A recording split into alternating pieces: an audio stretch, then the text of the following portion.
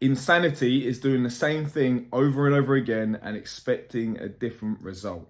So if you're planning to get in shape this January, if you want to lose some body fat and just, you want to feel better, you want to have more energy, you want to be happier, you want to be less depressed, less anxious, less stressed, you just want to improve your health, and overall, you just want to feel better. That's the bottom line, yeah? Don't do the same thing that you've done year in, year out. You've got to approach the whole thing with a completely different mindset if you want to sustain results. Okay, so here's what a lot of people do, and here's why I see a lot of people fail when they start to try to get into shape. There's usually, there's two kinds of people. The first person, they've never trained in their life, they've hardly ever done any exercise, and they're trying to get into it. And then the other person is, they used to be in shape, they used to exercise frequently, and now they're trying to get back on the bandwagon with it, okay? Here's the mistake that I see people make is, basically, you're trying to push too much too soon. The more intense and the more miserable you make the exercise, the more more willpower you're going to require on a weekly basis to sustain that. And the more likely you are to just make excuses, you know, because everyone, by definition, 50% of your days are going to be below average. Yeah, so you're not going to have, you know, high motivation all the time. You may go through little spurts of it, but by definition, 50% of your days are going to be below average. So you're going to have to find ways to train on those days that you don't really want to, and the motivation's not there. It's no good just training, you know, smashing yourself when your motivation's high and then dropping off and tapering off and coming up with excuses when your motivation's low. You've got to find a sustainable long-term plan to your workout regime, okay? So the three components of you getting healthier, losing body fat, all that nice stuff that everyone wants is your nutrition, the exercise, and also the sleep.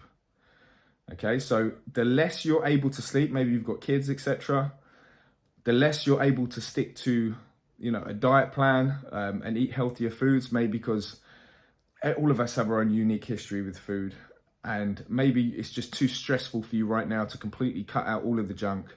So the less you are able to stick to nutritious food, the less you're able to sleep, that means that the lower the intensity needs to be for the exercise. So still do the exercise, yeah, don't just bin it off altogether.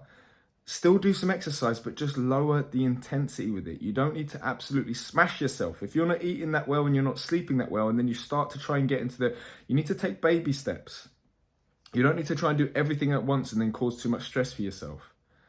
Okay, so this is what I see a lot of people do is, you know, put too much on their plate, if, you know, initially, and then it requires more and more willpower as the weeks go on, then you come up with more excuses, then you drop off. Okay, so you've got to, from the get-go, be okay with taking it easy. Be okay with not pushing and you know, killing every single set and every single rep and every single workout. It's a win just to show up. Okay, especially if you're struggling with them other components, the sleep and the nutrition. Just show up and do something. Yeah, lower the intensity, speak to some other people, just make the whole experience like enjoyable. Yeah, you don't want to make it so it's so stressful. So then the next week, then you haven't really slept that well, when you're feeling a bit like low motivation, you're more likely to go, well, it's not that bad. I can, you know, I can do it. I can make myself go. And then with time, then you slowly start to increase the intensity, and then your capacity will increase anyway.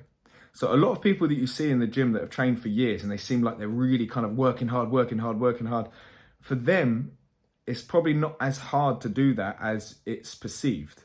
Yeah, they actually enjoy it. But for you, if you've not been training for a while or never trained at all, you see that. And when you try to emulate that and you try to do it, then you're like, oh, it's just too stressful for my system and my body because you're not used to it yet. Okay, so that's the main point of this video is I wanted you to hopefully get a bit of a mindset shift when you're thinking about getting into exercise this January and getting into, you know, having a health kick and trying to improve your health and lose body fat, is don't go too extreme too soon. Yeah, don't try to, yeah, that's basically it. Okay, and focus on them other components as well, and just do the best you can and try not to judge yourself for it. So here's what a lot of people, when they try to stick to a diet plan, for instance, and they come off of the diet plan and they have something that wasn't on the diet plan, they'll then feel guilty and shame around not being able to stick to it and feel like there's something wrong with them. Yeah, it's not the having the thing that's the problem, it's the guilt and the shame. It's the self-judgment. That's what perpetuates the cycle. So become aware of your thoughts and your assumptions and your beliefs around exercise, around sleep, around nutrition. Just become aware of all that stuff. Talk about it with other people if you can, preferably people that are going to be present with you and going to listen rather than just, reflexively give their kind of opinion and judgment on what they kind of like feel and think about those topics.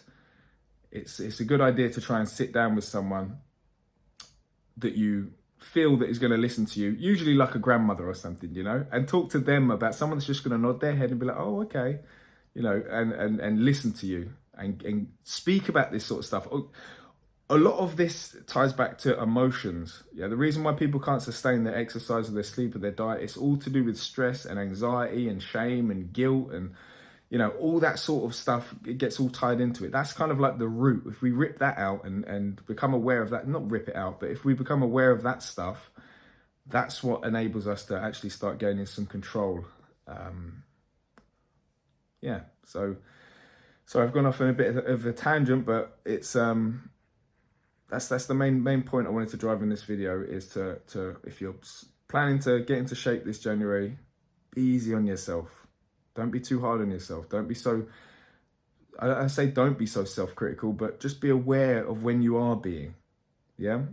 And a good practice is like, would I speak to someone else like that? Would I say those things to someone else? And if it's no, then, try not to say it to yourself. Try to change the language a little bit in your mind and the narrative that you're telling yourself. Okay, but the main message of this is don't go too extreme, too quick. Be gentle, be soft, enjoy it as much as you can. You'll require less and less willpower. You'll require less willpower on a weekly basis to do it, so you're more likely to sustain it for the long run. And that's the biggest predictor of success, is people that are consistent over a long period of time. Okay, hope this video has helped you. If you have any questions, drop a comment. I'll see you in the next one.